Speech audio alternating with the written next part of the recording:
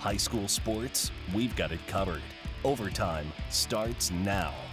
Hello and welcome to Overtime. I'm Scott Leber. And I'm Drew Collins. Playoffs. That's right. We're talking playoffs. They are underway, and we have tonight's opening action covered. And a look ahead to tomorrow's too, and we will spotlight Dupec quarterback Cooper Hoffman. 6 Nick-10 teams made the playoffs this year. Now, how many can make it to the second round? Nick-10 co-champs Hononegah and Belvedere North would not be satisfied with anything less than advancing to the second round and probably nothing less than advancing to the third round. They were both in action tonight. Let's start with Hononegah at home hosting a 7A game against the Willowbrook Warriors. They met last year in the second round. Hononegah dominated that game. Willowbrook early firing to the end zone. Broken up, though, by Brendan Tell. However, he was called for interference. Willowbrook then scored from the 1.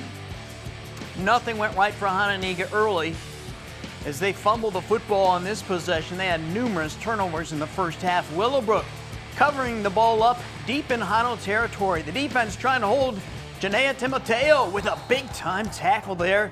They would hold Willowbrook to a field goal. Hano now on offense. Brock Anderson brought down immediately by Micah Lewis. Oh, he is a talented young man.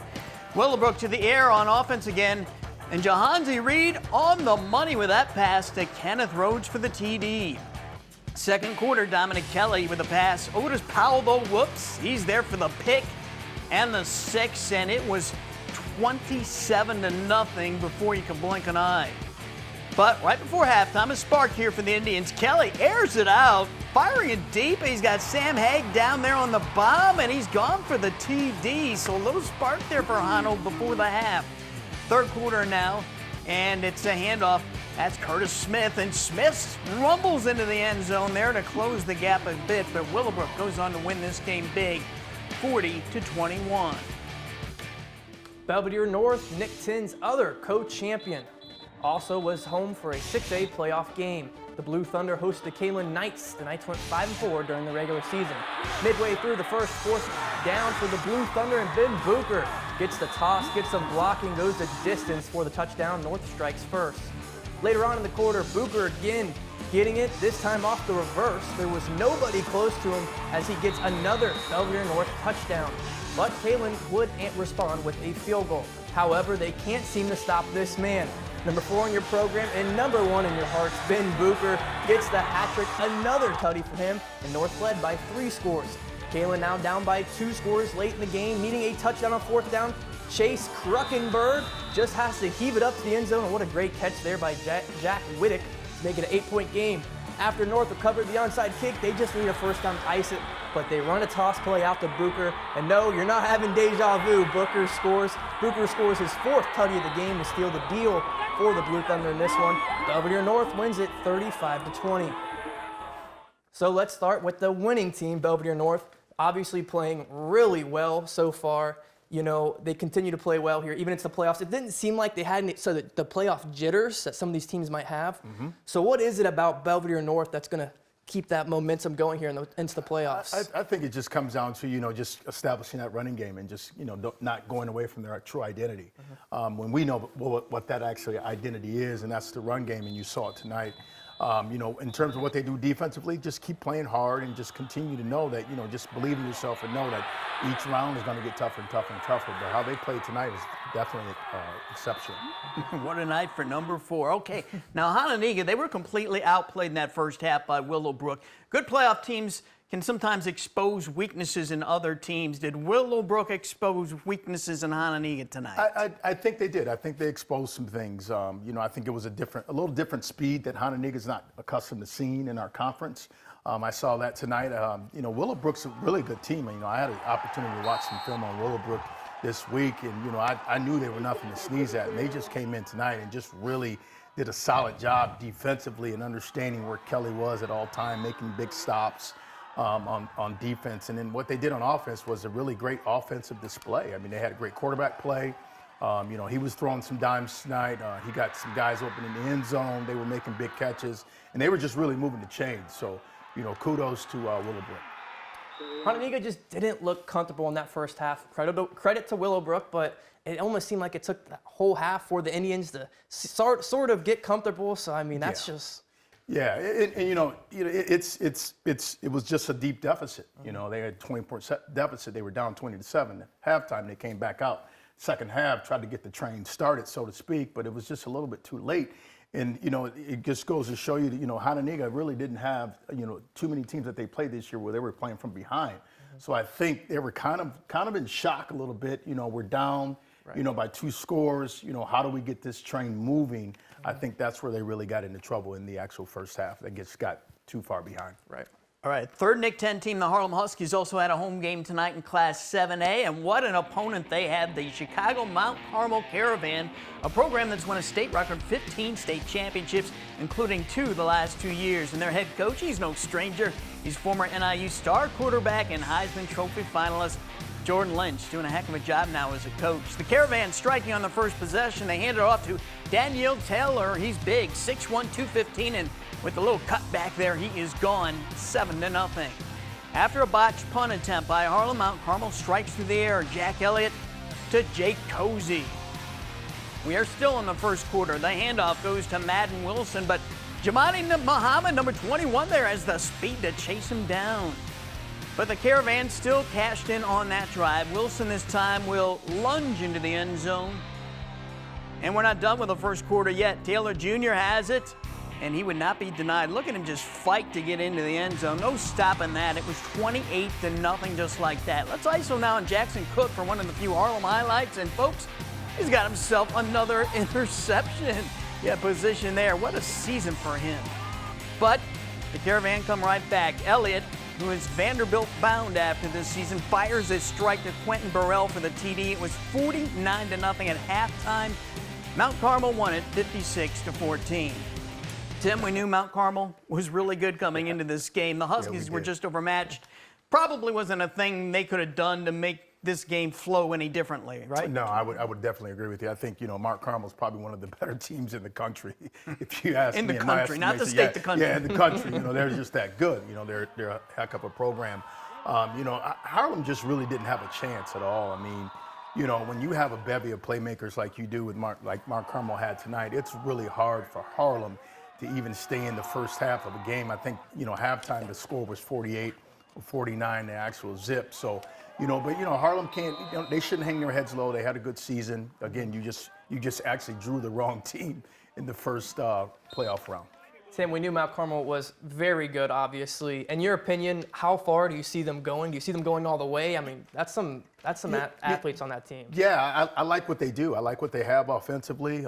Great quarterback. He's going to go on to Vanderbilt. Their running back play is where my big question mark is. I really didn't see. I wasn't really too enamored with their running back play. In my estimation, I think Harlem has better backs than Mount Carmel does. But in terms of what they do on defense, I mean, they have studs on defense. They floated the ball well, all 11 hats every time they go to the ball. And again, well coached, and again, they're going to be a team that you should see at the state final. So the Nick 10 goes 1-2 tonight. Do these 3 games tonight tell us anything about the Nick 10 this year and what might happen tomorrow for Guilford, Freeport, and Boylan? I just think the Nick 10 just needs to get a little tougher when it comes to playoff time, going outside the conference. We just got to figure out how do we play better, how do we compete with these teams back east. As it relates to the games tomorrow, Boylan's going to actually go on the road. Hopefully they can come back with a W, but it's not going to be a cakewalk for them. I know it's going to be a good fight, but hopefully they come back with the W. As it relates to Guilford, you got to go into St. Rita. St. Rita's one of those powerhouse teams in the state playing the Catholic League. If you know anything about the Catholic League, it's no slouch. But I think all these teams that I just mentioned, also to Freeport, can't forget about Freeport. Freeport travels to Woodstock. So, right. What these teams have to do, they just have to go in and understand, what's at stake and, want to be able to get that W coming back to, this way to the Rockford area or Freeport area. Folks, if you want more from Tim on Nick 10 football, check out the Bailey Pod. You can find it on YouTube. This week, his guests are Boylan's Baron Scholl, Harlem's Jamani Muhammad, Matt Throwridge from the Rockford Register-Star, and Harold Bone, the sports editor of the Rockton-Roscoe News. Tim, as always, thanks for joining us. Appreciate it, guys. Appreciate it. Coming up next, playoff highlights from Rochelle and Polo. And could the Big Northern Conference's top 2 teams, Byron and Dixon, keep it rolling into the postseason?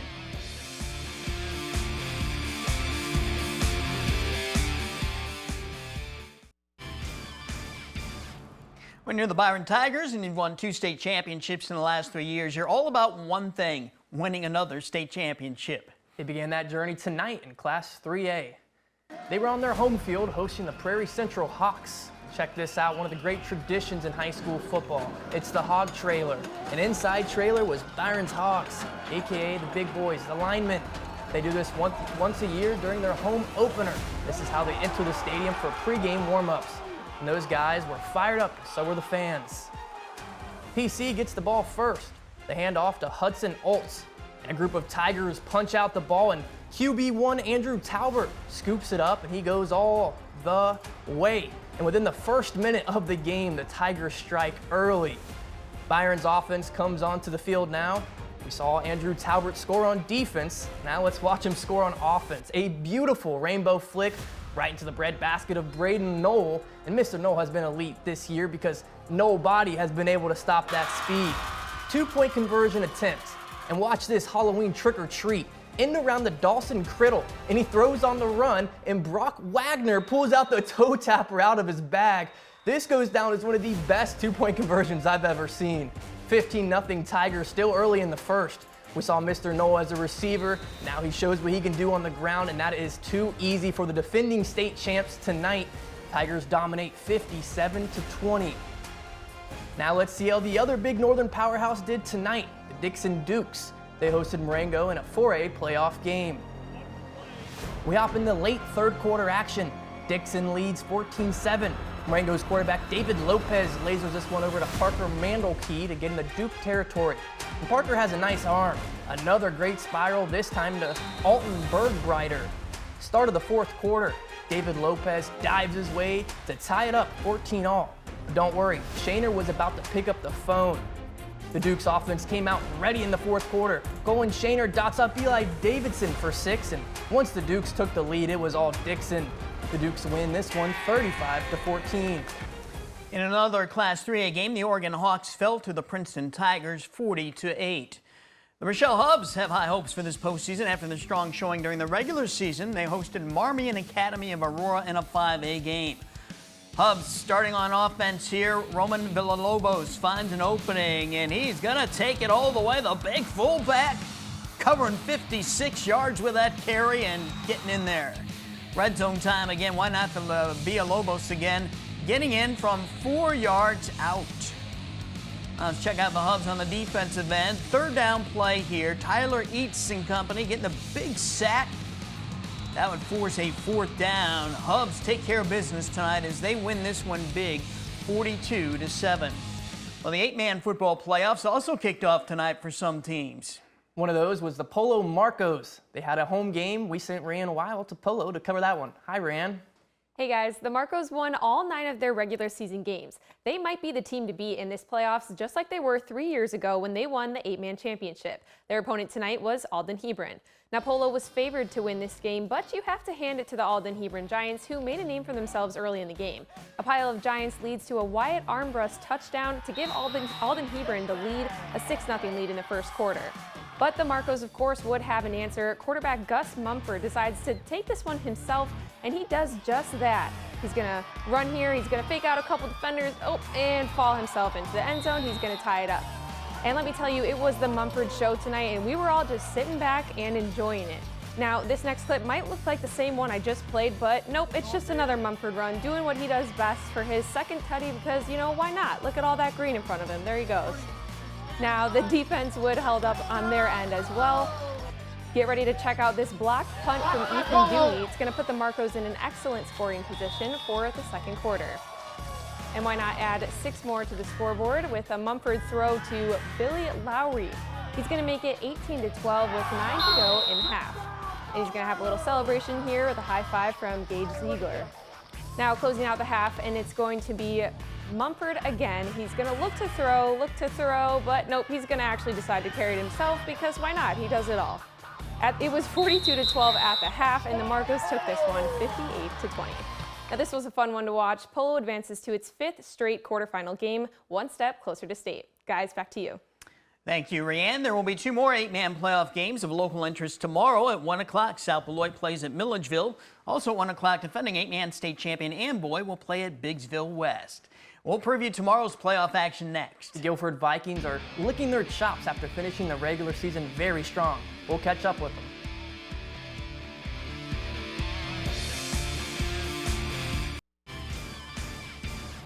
The Guilford Vikings' playoff chances were looking very shaky a little over a month ago. They were sitting with only 2 wins and 3 losses. But they made a few adjustments and had guys get better as they got more experience. So that has the Vikings upbeat going into their playoff game tomorrow at Chicago St. Rita.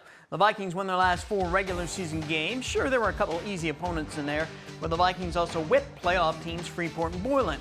But St. Rita might be the best team they've faced this year. And the Mustangs have won 7 games and lost 2 while playing in the tough Chicago Catholic League.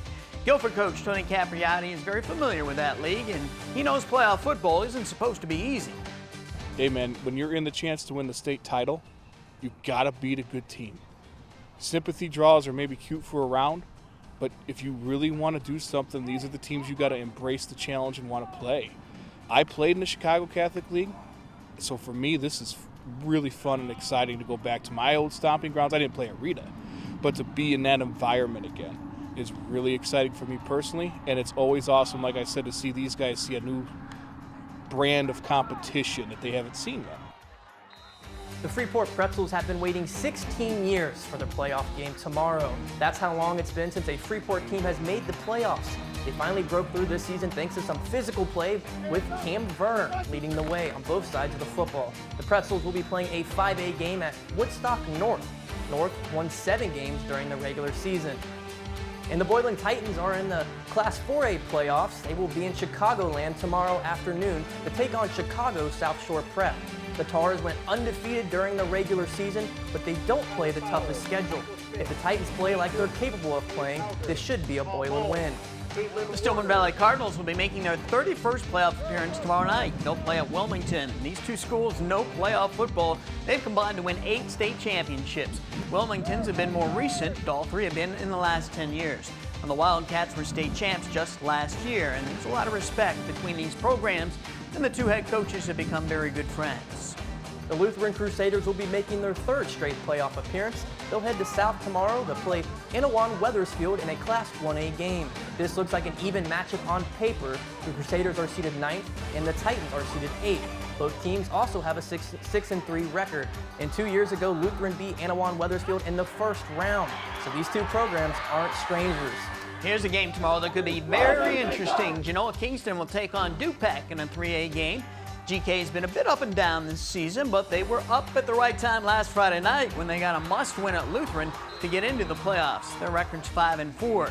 Dupac comes into the game 8-1. Last year, Dupac beat 2 big Northern Conference teams in the first 2 rounds of the playoffs, Oregon and Stillman Valley.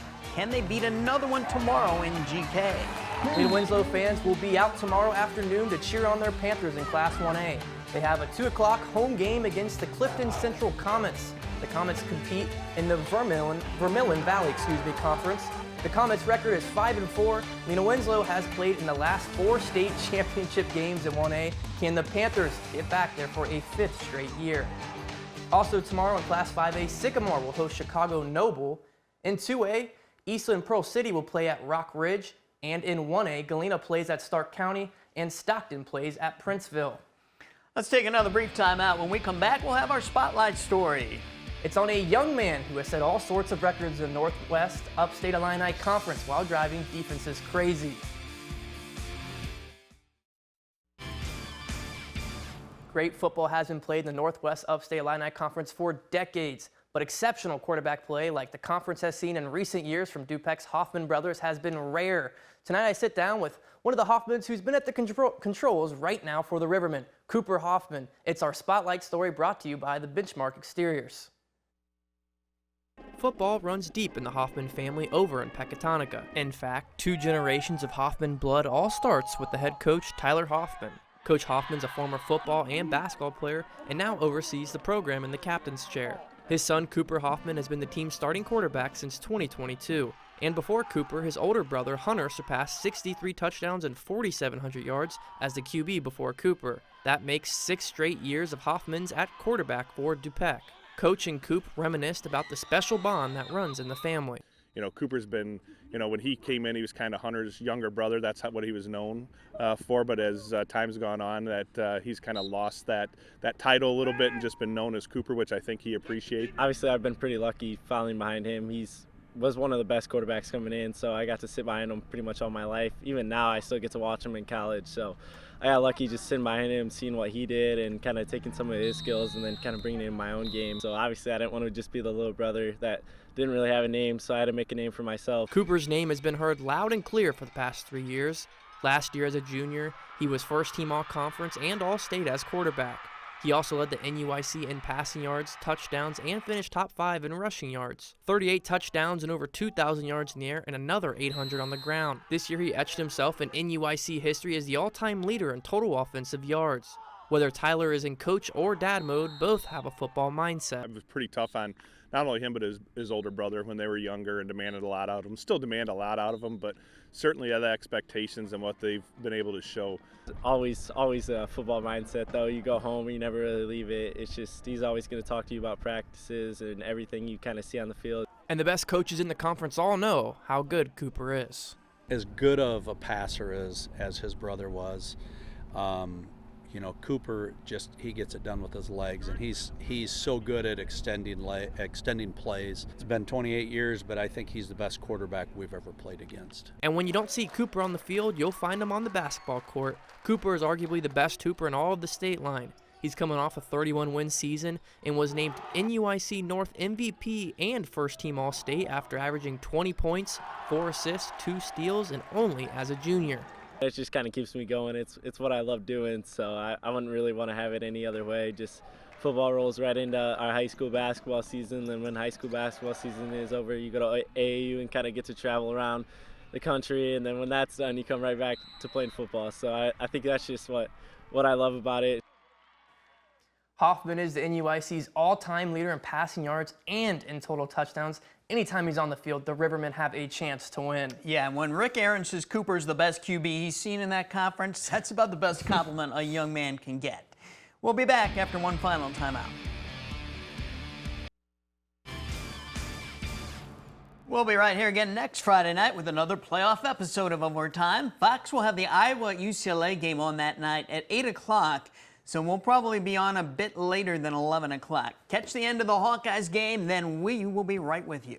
For another look at this entire show or for scores and highlights of individual games, go to mystateline.com.